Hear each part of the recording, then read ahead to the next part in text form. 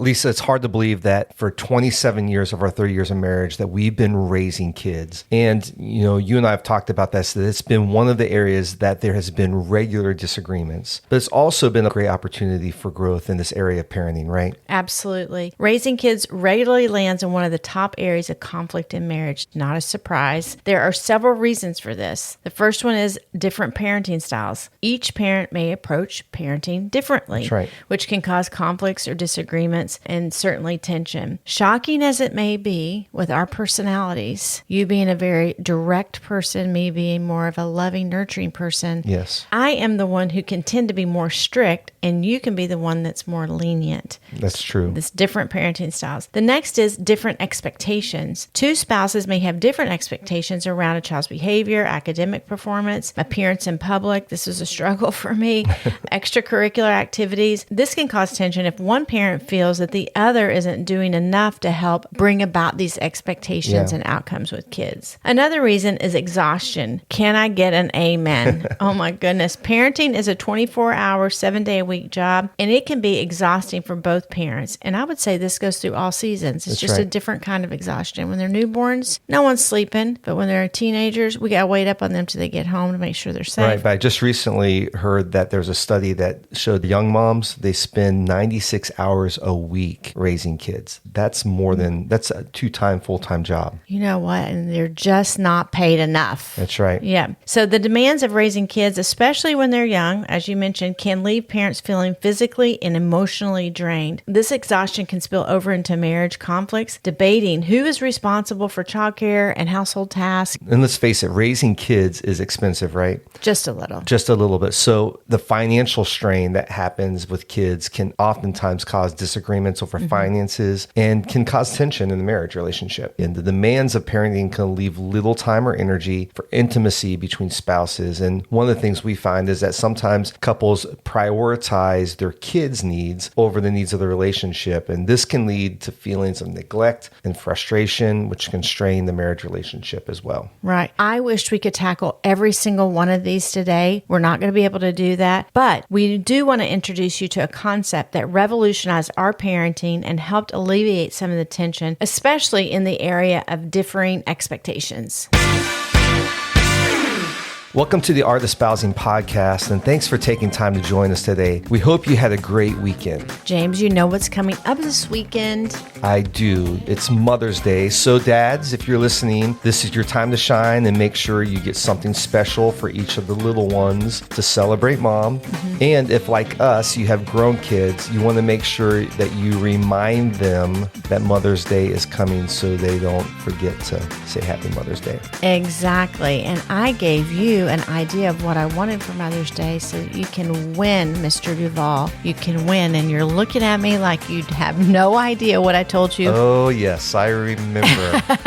I'll re-remind you later. So if you're tuning in for the first time, we want to let you know why we're here. We are on a mission to help you take your marriage from the mundane to a masterpiece level. But let's be real. Creating a work of art doesn't just happen by slapping on some paint on a canvas and calling it a day. It takes some serious skill and practice to craft something truly beautiful. That's why we're here, to give you tools that you need to hone your love crafting skills. Come on. With each and every episode. Our goal is to help you not just survive, but thrive in your relationship. So today we're talking about marriage and raising independent kids. But before we go there, we want to make sure you know about the Marriage Reboot Retreat. Are you ready to take your marriage from the mundane to masterpiece level? Then the Marriage Reboot Retreat is for you. Whether you're feeling stuck in a rut or you just want to reignite the fun and excitement you felt when you first met, we've got you covered. The Marriage Reboot Retreat by Married for a Purpose is all about helping you and your spouse reconnect, recharge, and re-engage with each other and your shared life purpose. Over 2 full days, Lisa and I will work exclusively with you and your spouse to develop a holistic vision for your marriage and family, complete with a real action plan. By the end of the retreat, you'll be united in purpose and ready to take your relationship to the next level. Your reboot is then supported with regular coaching to help you achieve your vision. So are you ready to take your marriage to a whole new level? Your Marriage Reboot Retreat is waiting for you. Want to know more? You can schedule a call with us using the link in the show notes or visiting our website at artistspousing.com/marriage coaching. If you prefer, you can also direct message us on Instagram with the word CALL, CALL, and we'll be happy to send you a link. We can't wait to hear from you.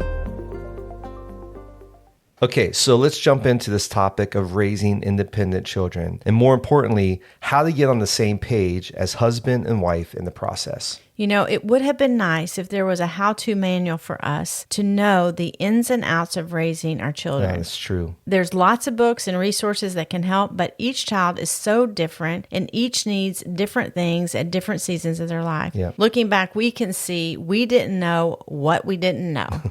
We learned so much in the journey, and so clueless. Oh, we were, and sometimes it feels like we missed the opportunity to apply the knowledge we learned before in the same child, and all the experience we gained, we're like, did we even have a chance to apply it? This is why I'm excited about today's episode. The tool we learned along the way, we found it so helpful, allowing us to parent on the same page better, bringing our expectations together, removing some of the tension in our daily relationships as a married couple. And James, why would we keep a great tool from someone that we've learned, paid some relational cost and mental cost for? Yeah, much of what we know and how we parent our children actually comes from the example or lack of example that we had growing up as children. Now, I was blessed to grow up with two parents in the home. My dad was a strict disciplinarian, and my mom was the peacemaker, sometimes more of a peace faker, but she tried to keep everybody happy in the house. And, you know, there was a lot of trouble, honestly, as a kid that I stayed away from because my dad,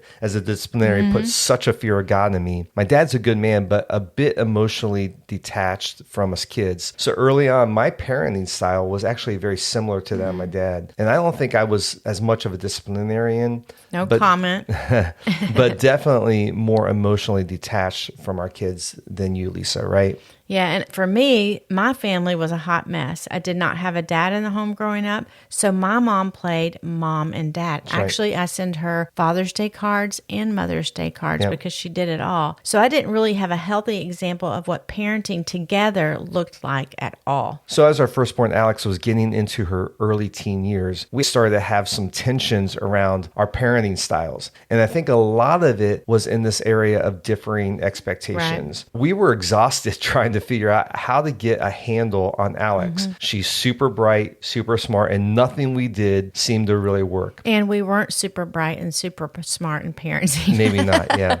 So when Alex was 15 years old, she and I were gifted with this incredible opportunity to go for a week-long father-daughter camp in Northern California, a place called J.H. Ranch. If you know anything about it, it's amazing. If you ever have the opportunity to do it with one of your kids, it's incredible. Highly recommend it. It was the best time of our lives. While we were there, I was introduced to this concept around parenting that really, when I learned it, I wish we would have learned when Alex was a lot younger, but we begin to implement it into the lives of our son and our youngest daughter. And it's called the journey of transition.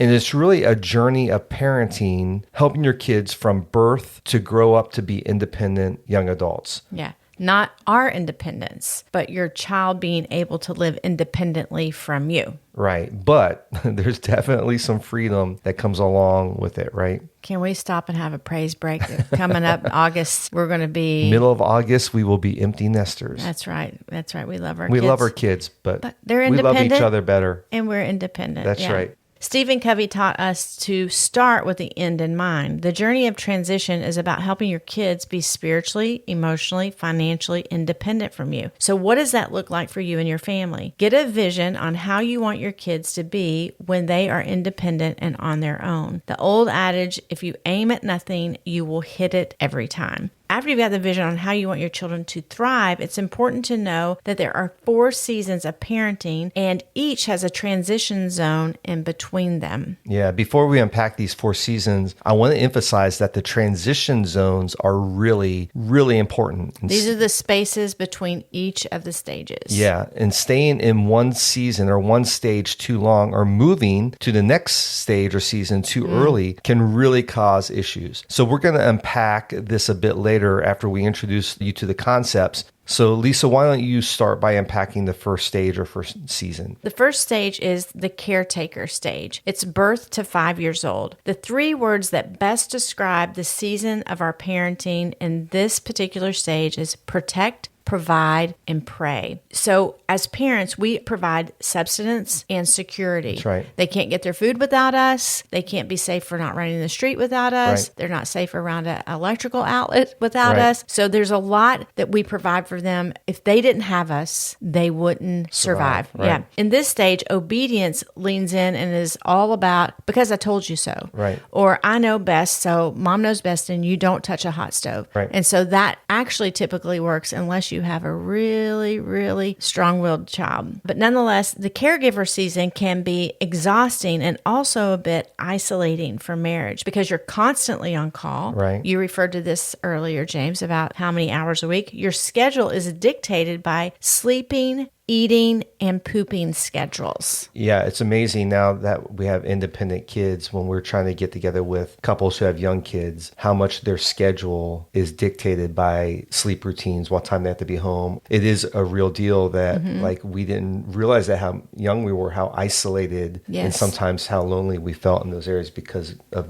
that schedule mandate. Yeah. So as the parent who stayed home, I say as the parent who stayed home because I actually know a lot of stay-at-home dads these days. That's right. So either way, you can feel like you've lost a bit of yourself and purpose. Even though I know and I knew there's great purpose in me raising my little ones, I still felt this disconnection. It can feel like the other spouse is tracking in vocation and they're around adult people, having adult conversation.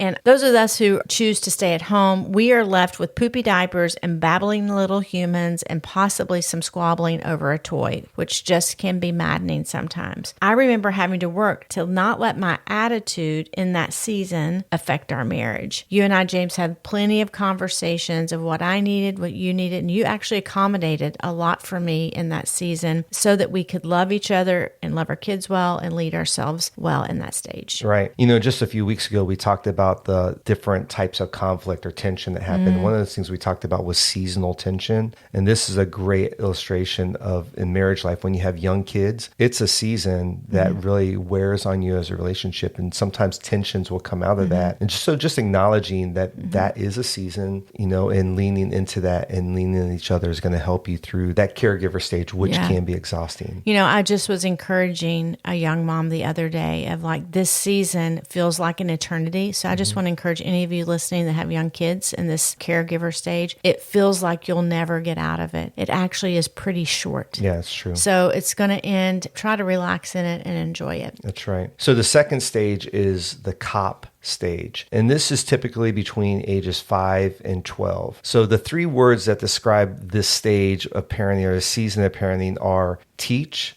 discipline, and pray. And during this season, you should be establishing boundaries. This is where you're teaching your children yes and no, right from wrong, teaching what is acceptable and not acceptable. When we think about things like language, the words they use, you know, if they use bad language or bad words, you're teaching them how to use the right language. Behavior, how to act around other kids or how to act, you know, manners and so forth. You're copying them. It's a lot of no, don't do that, don't do this, do this. And then safety, you know, you're making sure your kids are understanding how to be safe and how to act safely. And I think, you know, also in the world we live in where we're so digitally driven in society, it's so easy for parents to feel the pressure that they need to give their kids digital freedom and iPhones and smartphones or tablets. It's an opportunity for us to cop and set boundaries and also to help our kids begin to understand how to shape friendships around those boundaries. I love it. I have so much to say, and we've learned so much around digital boundaries,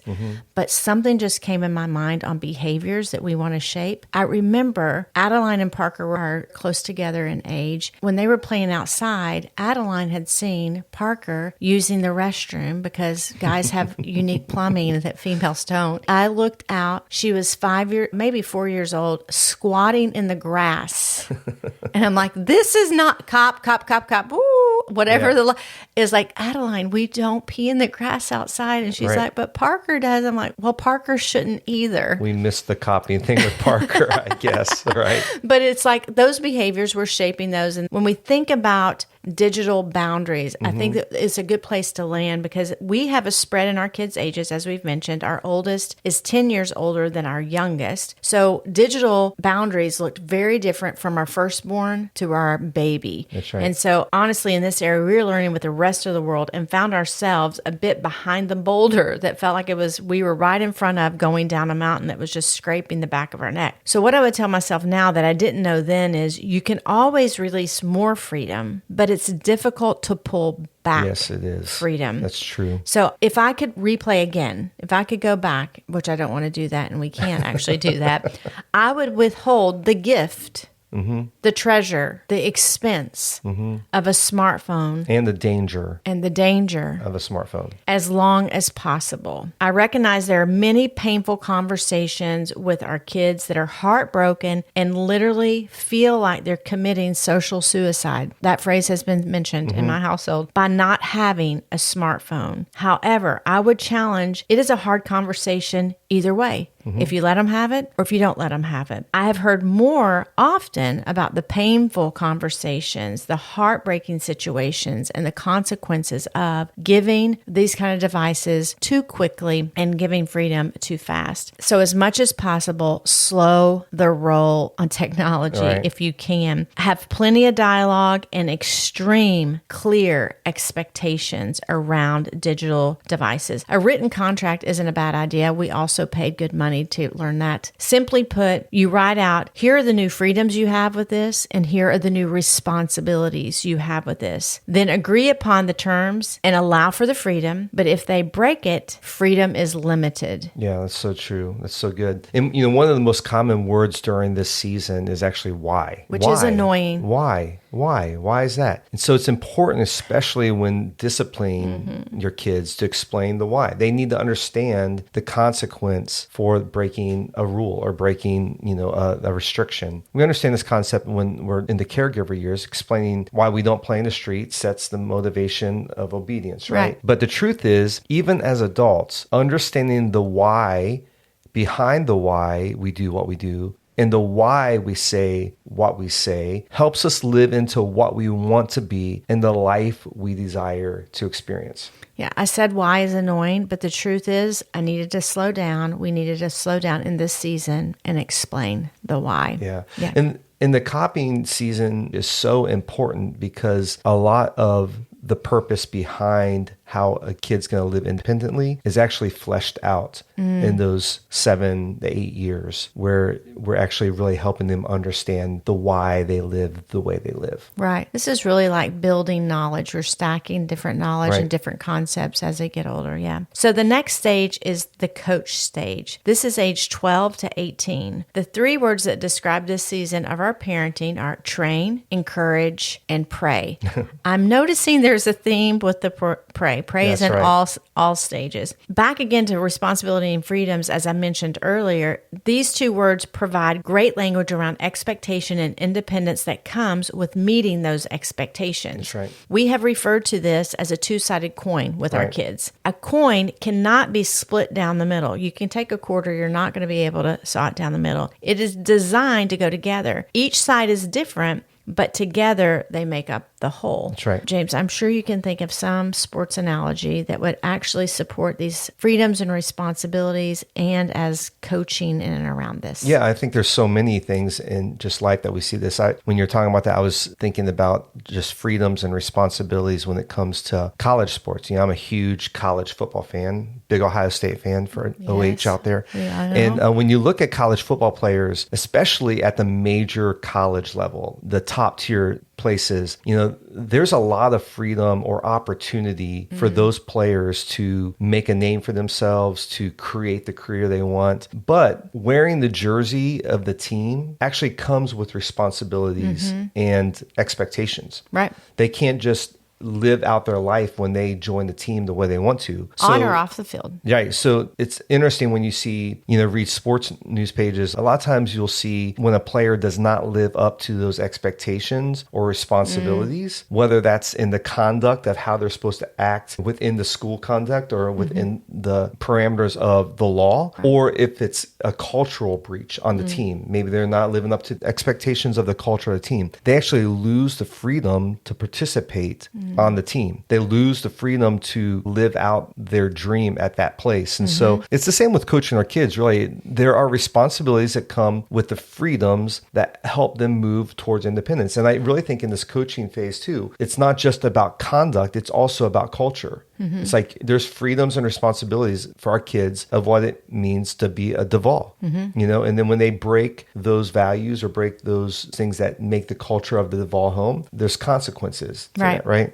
Right. That's exactly right. And when we do not expect this of our kids, when we do not explain this concept and live it out, it can be crippling as they emerge into adulthood. That's right. They do not understand these consequences. The truth is if in their teenage years and the coaching years, we have the opportunity to train them, coach them, equip them around smaller freedoms and responsibilities that actually build to significant ones. So if they're not doing this within our home, then they actually breach them in a greater way when they leave our home. One critical tip we paid good money for in counseling with our kids in these teenage years that we can give to you, all listeners, free of charge, free, lots of money for us, free for you. In this coaching season, be sure you give for every one correction or coaching conversation, situation, give at least 9 praises. You're like, oh my stars, 9 praises. That's a lot. It is a lot. Obviously, you don't have to do exactly 9, but if you have that in your head, you're at least going to get halfway. All right. So I'd like to give an example of how this would work in doing a coaching. This may have actually happened in our home, right? This could have happened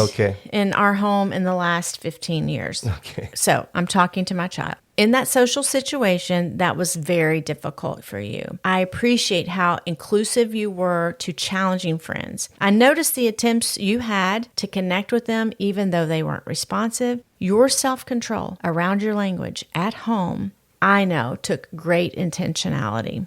But I have one thought for your consideration. I heard your other friends making comments about those friends, and the only way they would have known that detail, because it was so short together of what we had experienced, is that you had to have told your other friends about that conversation. I would encourage you to process with someone older, myself, your youth group leader, your youth pastor, your feelings and opinions about those friendships in an effort to cover their reputation and your future relationship with them or their future relationship with other people. Because this is a discipline, young child, that you will need to master as you move forward in life, in your professional relationships and in your personal relationships. Yeah. So this is the way I gave some good affirmations to her, what I did see. And then the punch with the coaching, I said, if you would consider, but then I ran on with it. So, and the difference between that and copying was like, don't do that because of this, but you were actually helping her know how to. You're going to blow all your friendships if you go around just gossiping. You're helping her know how to act, how to make decisions for herself. That's what coaching is all about. That's right. And I love this influence model. I learned this from Brendan Burchard. He talks about 3 things that we can do to create influence in anybody's life, but I think it's really cool in this coaching season with our kids is teach them how to think, challenge them how to act, and model how to live. So if you think through this coaching season, especially in those teenage years, is what can you do to teach them how to think for themselves? How can you challenge their actions to know that they have consequences? So to challenge them to know how to act. And then what are you doing as mom and dad, as father, as mother, to model the type of behavior that you would want them to live as independent adults? I think that's a really great model. And I'll put that in the show notes so people can see that as well. That model, the behavior or model how to live, that kind of hits a little square in the head because, we do often see with our little ones and as they grow, they're behaving. And if you take a minute to think about it, they're learning it. Oftentimes we found they're learning it from us. That's right. And so it is a great opportunity of growth for us as parents to edit and adapt and change. Okay, on to the last stage, consultant. This is 18 plus. The 3 words that describe this season of our parenting are listen, advise, and guess what? Pray. For example, Addie is 18. We are still coaching her a bit. So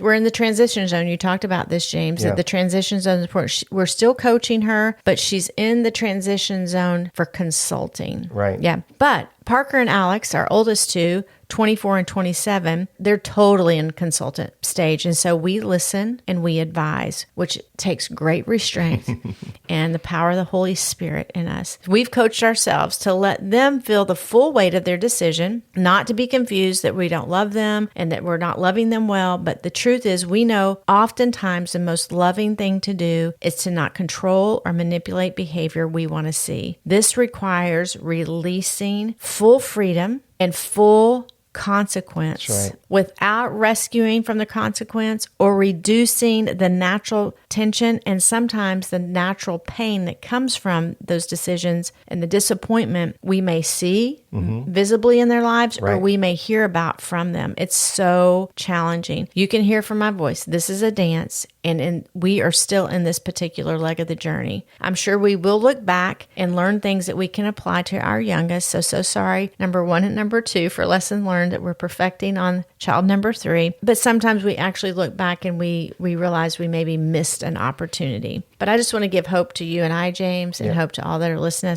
that have adult kids, and actually over the span of your parenting life. We pastor ourselves and we say, God knows our heart and our intention of how we wanted to parent. He loves our kids more than we love our kids, which as a mom, I can't speak for dad, but for a mom, I can't imagine how God could love our kids more than we love our kids, but yet he does. And it's so beautiful. He covers the gaps in our limited understanding as parents. So, Lisa, we're still learning, but I'm going to turn the corner here and talk about application, how we take these stages and actually apply them to our parenting. So we talked about the 4 stages: caregiver, cop, coach, consultant. So we want to give you some tips in navigating this process from the lessons that we've learned. Right. So jump in here anytime you want to, James, but I have 3 things. The first is we need to identify the stage or stages of each of our kids. So list them out and identify which stage. You may have a child in the chronological age of coaching phase, but emotionally and maturity-wise, they're still in the cop phase. You need to make adjustments because this 8 to 12, these numbers 0 to 5, they're not hard lines, they're guidelines. The second is, after you've identified the stage your child is in, consider what stage you are actually operating in with that individual child. I would recommend that the challenge is between cop and coach. Yeah, that's a hard one. Yeah. So a lesson learned from us with Alex, we didn't transition out of the cop stage to the coaching stage. We didn't know this, but we learned. This did cause a mess or 2 in our parenting with her. It added undue stress to our married life. Yeah. And I think it's important to know that it is a balancing act, and you kind of have to phase in the coaching side. You can't just go, okay, I'm not copying you anymore. Now I'm coaching you. Because even now with our 18-year-old who's transitioning into that consultant area for us as parents, there are still going to be some times over probably the next few weeks before she goes off to college that I'm going to go all the way back to cop. Right? Because she's still living under our house. Come on, Dad. And there are still restrictions and there's still freedoms that she has living in her house, even though she's 18, that there might be times I need to go all the way back to cop and say, no, you're in jail for a little bit. And we've done that a few times with our kids, right? That's right. I think this language gives parents a dialogue when our kids aren't around of like, where are we? What should we do? And you may even say, Lisa, I know we're in the consultant phase, but we need to dip back into coaching pretty hard and maybe even copying so that we have this conversation before it happens and we're like, we're in agreement, we're removing the tension. Lastly, the third tip is own it. So you've identified the stage, you identified where you're operating, own it. In an effort to correct our behavior as parents, when we were operating out of the wrong phase with Alex, we had an honest conversation with her. It sounded a little bit something like this. We have been copying you, we've been policing your behavior, and we should have been coaching you more. We will make an effort not to police your every move, but we will provide coaching in urgent situations. So basically, immediately we'll step in, but we are going to begin to allow you to reach out to us for when you're wanting coaching from us. I'm sure I'm not a sports girl, but I'm sure there are times an athlete would ask their coach for instruction. Oh, absolutely. Yeah. So this allowed us to set new ground rules for operation and allowed for a little bit more independence that she didn't have. You know, as we wrap up this episode, we all have hopes and dreams for our kids. And here's the thing, though, your kids are ultimately going to make decisions on how they live their lives as adults. We can do the best we can at teaching them how to think, challenge how they act. We can be great models of how to live, but you and I cannot make them live it out. We can't make them do it. So if I can be really honest, parenting adult kids has probably been the hardest part of our parenting season, especially when your kids don't live into the expectations or the desires and dreams that you've had for them. Lisa, we've really actually had to struggle with this, right? That's right. There are so many could've, would've, should've's in parenting. James, you and I have chose not to live in looking behind, but striving forward to the goal ahead. That sounds a little biblical. It is. Yeah, that's right. Often you can hear well-meaning teaching that lists out a formula for raising kids. We believe that's false hope, or at least I believe it is, because living life as if it is a checklist allows little to no room for the uniqueness of our kids' journey and leads to legalism. James, you and I have talked and literally seen parents do all the right things, check all the right boxes, and had a different outcome. That does not mean we shouldn't continue to educate and equip ourselves, or we as educators and equippers in parenting shouldn't. But as a wise friend and leader, Julie Mullins encouraged me in a particular season, our kids are not a report card. Oh, that's a good word. Yeah, Kids so are not a report card. That's right. We just want to give hope that we do our best, follow the intention of our heart. God knows our heart, and He'll cover the gaps. Yeah. So we hope this tool helps you in your marriage and as you parent your kids. We encourage you to have a conversation with each other and evaluate where your kids are and what they need from you in their journey to independence. You know, we'd love to hear your thoughts and answer questions you have about what we shared. You can email us at hello@artespousing.com or direct message us on Instagram at artespousing. If you found this episode helpful, please let your friends know by sharing it with them. You can also help other people find the podcast by rating the podcast and leaving us a review. And next week, we're going to be back to talk about in-laws. Oh, fun. Should be a lot of fun. Yep. Have a great week, and we'll see you next time on the Art Espousing podcast. Until then, bye-bye. Bye-bye.